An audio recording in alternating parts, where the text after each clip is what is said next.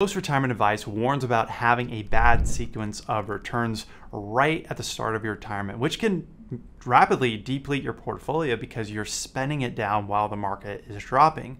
But what most people don't talk about is that this same concept works in both ways, and it's something you rarely hear about. Now, research shows that if you begin retirement with a good sequence of returns and stick to a certain traditional retirement rules, your wealth could actually multiply. It has a chance of tripling or even being 6 times your starting balance. And without understanding how this concept works, you could be missing out on a richer, more comfortable retirement and one day look back wishing you made some different choices. But here's the good news. Today, we're going to explore some new research that not only helps you protect against bad sequence of returns, but also gives you clarity on when you can confidently spend more of your portfolio. And it's all backed by solid research to help you make the most educated decisions on your retirement spending. But first, let's talk why most retirement advice warns us about having a bad sequence of returns. For example, if you invest $1 million into an account, leave it there for 30 years, your ending balance will essentially reflect whatever the average annual return was over that 30-year period. However, if you're someone that is spending down some of that portfolio on a monthly annual basis over that 30 years, it's the sequence of the returns that will determine the ending balance. And that ending balance can dramatically change depending on if those drawdowns happened at the beginning of your retirement versus at the end of your retirement. And that is what most people are afraid of, and it could be a huge risk. So for example, if we have 3 retirees here in this hypothetical scenario, all 3 are alike in that they enter retirement with an initial $1 million in savings. And let's assume they earn on average an annual 5% rate of return and withdraw 4% annually adjusted for inflation. And they're just going to follow that simple 4% rule of thumb that they've all heard about. And let's just say that the only difference with these accounts is the investment returns they each experience throughout that 30-year period. So they spend the same amount, but have different return sequences. So retiree A earns a steady average 5% return per year. Then we have retiree B, who begins retirement with great returns but has poor returns later on in retirement. And then finally, retiree C starts with retirement with poor returns but enjoys a strong finish. So what is the result? Well, this chart shows that retiree B clearly comes out ahead with an income stream that lasts for 30 years and ending balance is far higher than the other 2. But in contrast, 30 years later, retiree A has significantly less wealth than retiree B. And unfortunately, retiree C has run out of money. And I understand that nobody wants to be retiree C. So because of this, even though someone could have the same returns as retiree A or B, they just blindly take what's considered the safe amount from their portfolio. And oftentimes this is essentially out of fear, right? But while most people focus on retiree C, nobody really talks about the likelihood of being retiree B or A. And what I mean by this, we need to take a look at this really powerful chart by Michael Kitces. And the research shows that when they run these scenarios, on average, a 4% initial withdrawal rate results in the retiree finishing with nearly triple the original principal. On top of sustaining an initial withdrawal rate of 4% that's going to be adjusted for inflation, it shows that, in fact, only 10% of the scenarios does the retiree even finish with less than 100% of their starting principal. In only one of those scenarios does the final value run all the way down to having nothing at the end, which of course is what defines the 4% initial withdrawal rate as safe, right, in the first place. Which means not only is it important to give at least some consideration that there is potential upside risk of getting a favorable sequence of returns, but the problem is that simply relying on a 4% rule and adjusting later if, hey, you get a good surprise, may leave you with dramatic levels of unspent wealth that could have been enjoyed earlier on in your retirement. Again, the research shows that a 4% initial withdrawal rate, the odds of nearly depleting the portfolio are equal to the odds of growing it by more than 800%.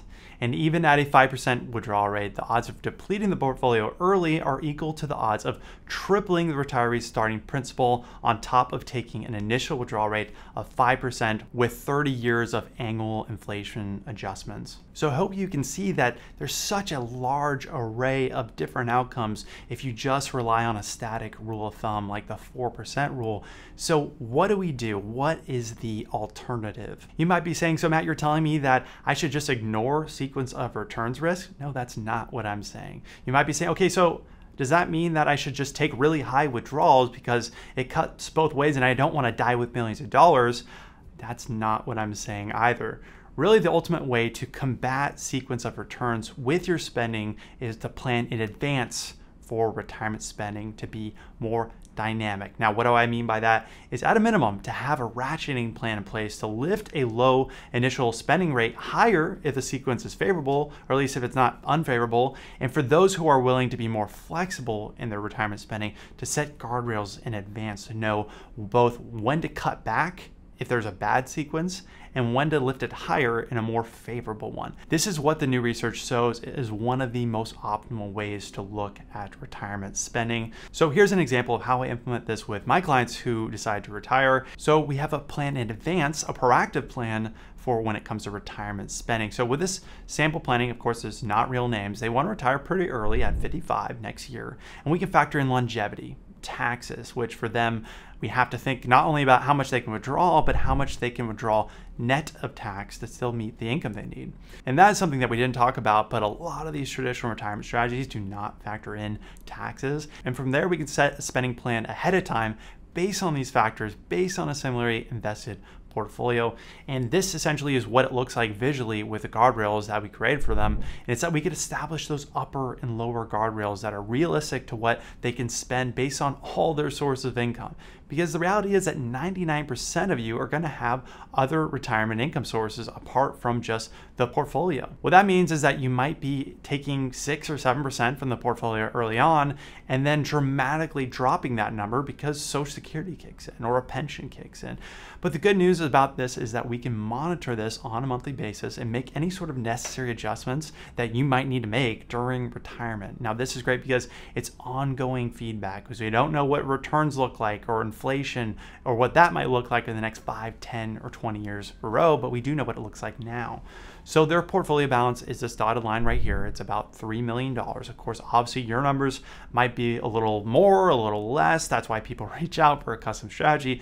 But the important thing is that we start with the initial monthly spending right here of about $9,500 net of taxes. And then we monitor this every month to help them stay on track because like I mentioned, markets change, your situation changes. So for example, if there was a month where their total portfolio hit just above $3.2 million because of a good sequence of returns, they could have an additional $590 per month of increase in spending. But for them, we set a really deep bottom guardrail because they said, I don't really want to have to adjust my spending downward if I don't have to.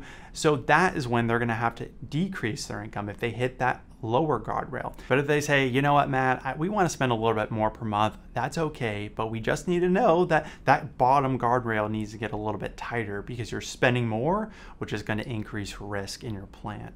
Now, what we do here is we stress test this plan from there. We run thousands of scenarios, and for them, we figured out that this is actually a pretty conservative level of spending, and the likelihood of hitting that lower guardrail and adjusting downward is quite low, at least in terms of the probability of that happening. So this research-backed way of testing the odds of adjustment is really helpful for people because failure, in my opinion, is just not an option, and this can give you the confidence that you might need to spend more when you need to, because you don't need to become a victim of sequence of returns risk.